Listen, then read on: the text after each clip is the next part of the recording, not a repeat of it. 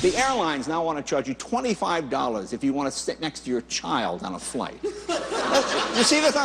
Like, if you're on a crowded flight, they can't guarantee seat assignments, but for an additional $25, you might be able to sit next to your child. You know, how about this? How about an extra $25 for a sober pilot? I would pay for that. Or an air traffic controller stays away. Or a TSA agent that doesn't grab you. As funny as this sounds, it's no laughing matter what flyers are having to shell out these days for the simplest things.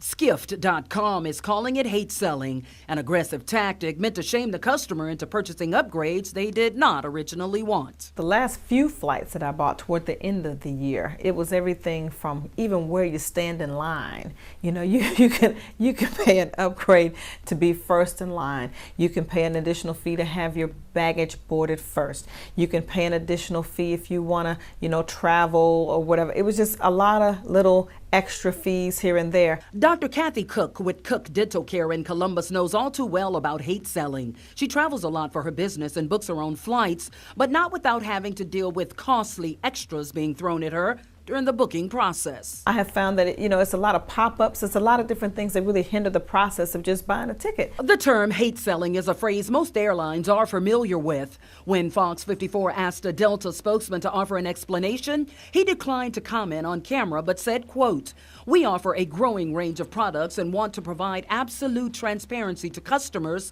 so that they can be informed in advance of the products they are looking to purchase." It's marketing, it's advertising, it's a way to increase their sales and their profits, and it's a way to confuse people.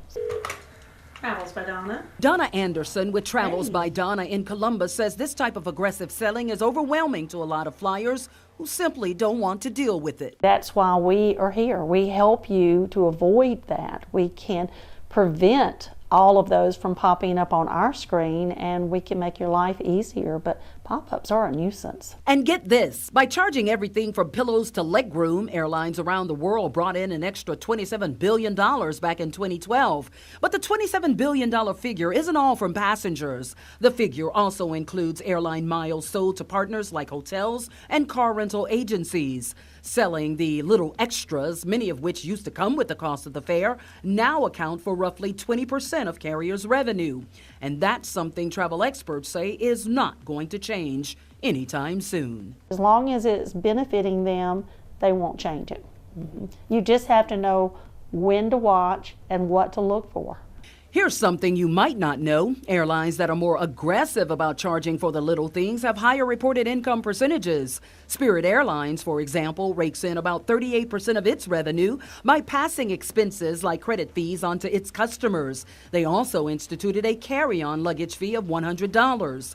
On most airlines, travelers will spend about $30 apiece for perks like food, Wi-Fi, and additional baggage. I'm not a frills kind of girl. If I don't need it, I'm not buying it. But buying it in some cases could prove beneficial. If it's a long flight, maybe a 4-hour flight, it very well could be to have early boarding to make sure that you have a spot in an overhead bin, because so many people now are taking everything on the plane that no one else can put anything under their seat or overhead because there's no room.